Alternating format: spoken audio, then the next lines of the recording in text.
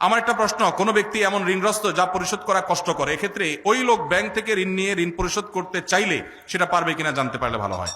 যিনি ঋণগ্রস্ত তিনি ব্যাংক থেকে সুদি লোন নিয়ে যদি ঋণ পরিশোধ করতে যান, তাহলে গাছের গোড়া কেটে আগায় পানি দেওয়া হবে।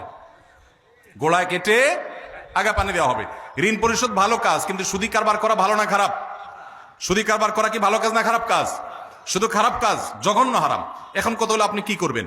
আপনি চেষ্টা করবেন আপনার জমি জমা বিক্রি করে কারোর কাছে ধার দেনা করে পরিশোধ করা। অনেকে আমার কাছে চিরকুট দেয়, ভাই আমল শিখা দেন যে আমল করলে ঋণ পরিশোধ হয়ে যাবে। ছাত্ররা চিরকুট দেয়, কালকে বরিশালে প্রোগ্রাম ছিল, চিরকুট লিখে দিছে কি এমন আমল শিখাই দেন যে পরীক্ষার খাতা উল্টোপাল্টা লিখলে ওটা ঠিক হয়ে যাবে। কত আজগুবি আজগুবি প্রশ্ন মানুষ দিতে পারে। আমি এই প্রশ্ন দেখে বললাম, এই প্রশ্ন বলতেছে এটা একটা ফাঁকিবাজ ছাত্র।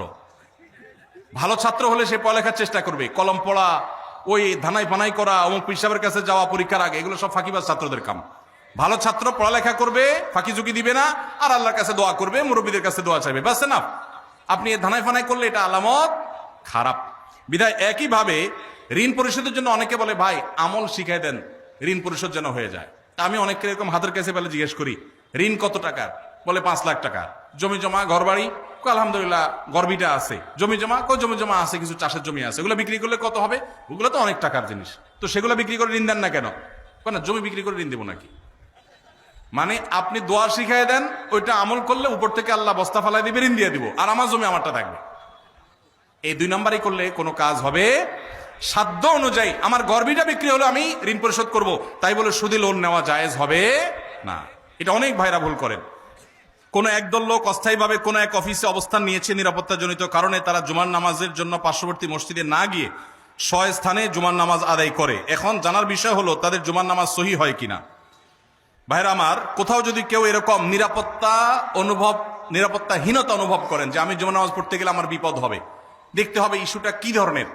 এখন একজন চুরি করে পালাইছে, একজন সন্ত্রাসী করে পালাইছে, মানুষ খুন করে পালাইছে, ধরা পড়বে, এই বয়সে জুমার নামাজ পড়তেছে না, এটা তো ভিন্ন জিনিস। কিন্তু কেউ এমন কোন পরিস্থিতিতে আছে যে সে বের হলেই তার জীবন হুমকির মধ্যে পড়বে, তখন তিনি বাসায় নামাজ পড়লে নামাজ হয়ে যাবে। আর জুমার নামাজ যদি তিনি জামাতের সাথে কোনো বাসায় পড়েন, তো জুমার নামাজ কোনো ভাষায় করার জন্য শরীয়তে অনেক শর্ত আছে, সেই শর্তগুলো না পাওয়া গেলে 2-4 জন মিলে জুমার নামাজ শুরু করে দিলে নামাজ হয়ে যাবে, এত সোজা না। এ বিষয়ে পুরো ডিটেইল অবস্থাটা জানা দরকার, যে আসলে কোন সিচুয়েশন, পরিস্থিতি কি, তারপরে মাসালা উত্তর দেওয়া সহজ হবে। আমি এখন যদি বলি তাহলে সেক্ষেত্রে সেটা অপূর্ণ থাকবে। এই জন্য এই মাসালাটাও কোনো দক্ষ বিদগ্ধ আলেমের সাথে দেখা করে বা ফোনে যোগাযোগ করে ডিটেইল বলে তারপর উত্তর নেবেন। এটা আমি স্কিপ করলাম, উত্তর দিলাম না।